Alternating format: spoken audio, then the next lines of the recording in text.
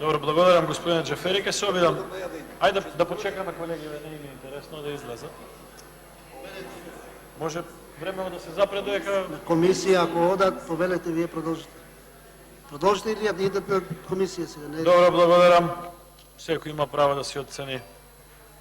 Значи, неколку работи сакам да му кажам на премиерот. Прво, искрено е признанието дека е политичка одлука, но не е добро како образложение од аспект дека треба покрај политичка одлука и некаква анализа на резултатите од нивната работа. За едниот човек, ја дури не бев свесен дека е министер, да бидам искрен.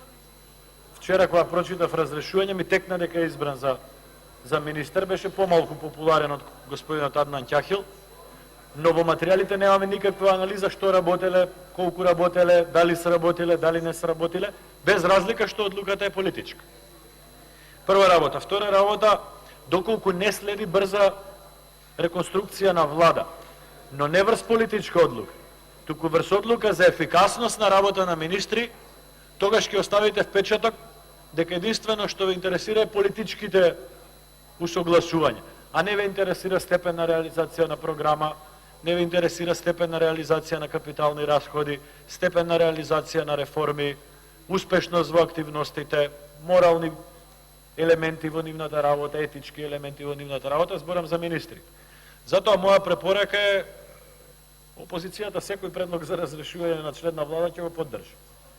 Но моја препорака, господине министер, е дека премиер, дека вие мора да направите многу посериозна реконструкција од тоа што денеска е предлагат. Имате министри кои што јавноста не ги запозна. Прво, не ги знае, не се активни. Второ, имате министри со катастрофално низок степен на реализација на своите програми, кои што сами ги предложиле. Трето, имате министри со катастрофално ниско ниво на реализација на капитални расходи. Јас во една прилика пред неколку месеци ви укажав, вие со политичкиот капитал кој што лично го носите, можете да издржите уште неколку месеци. Така. Но на крај одговорноста ќе биде ваша. Критиките за неработата на министрите сега се уште јавноста ги насочува кон самите министри.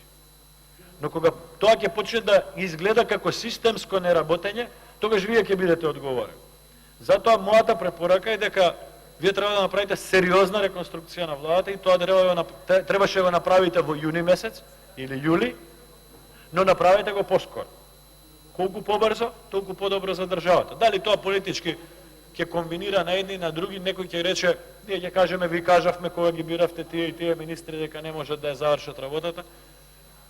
Вие друга приказна може да спакувате, да кажете, еве, слушам, анализирам, гледам, нема реализација и така натака, но не е битно тоа. Битно е да видиме во конкретната корелација на односи во Собранието на Република Македонија со таа поддршка што вие ја имате од Собранието, да извадиме максимум.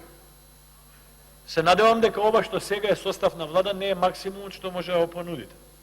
Затоа ви велам, потребна е сериозна реконструкција на владата на Република Македонија од аспект не на политички одлуки на вашите коалициони партнери, туку од аспект на ваша или на вашиот тим анализа за ефикасноста на работата на министрите врз база на повеќе критериуми.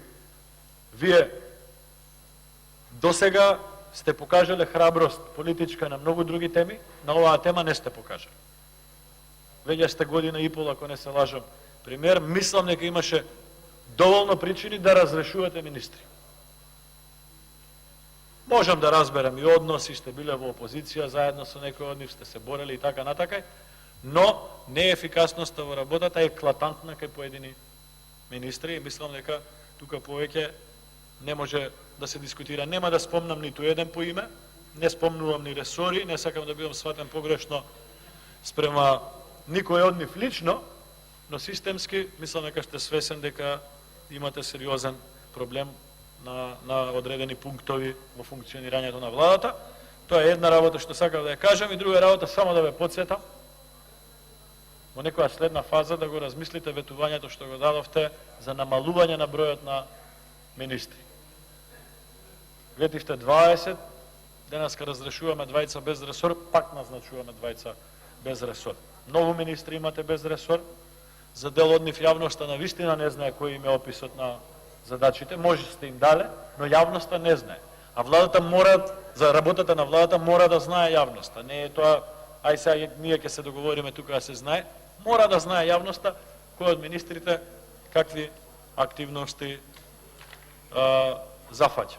Затоа ставот е, штом предлагате разрешување на министри, јас ќе гласам, и за други да предложите ќе гласам, разрешување на министри, но мислам дека воопшто, освен некаков баланс со вашите коалициони партнери, мислам дека друго во моментов не успевате да постигнете, а свесен сум, или верувам, или се надевам, дека ги слушате сериозно критиките кои што доаѓаат од јавноста за поголем сегмент од работата на владата. Благодарам.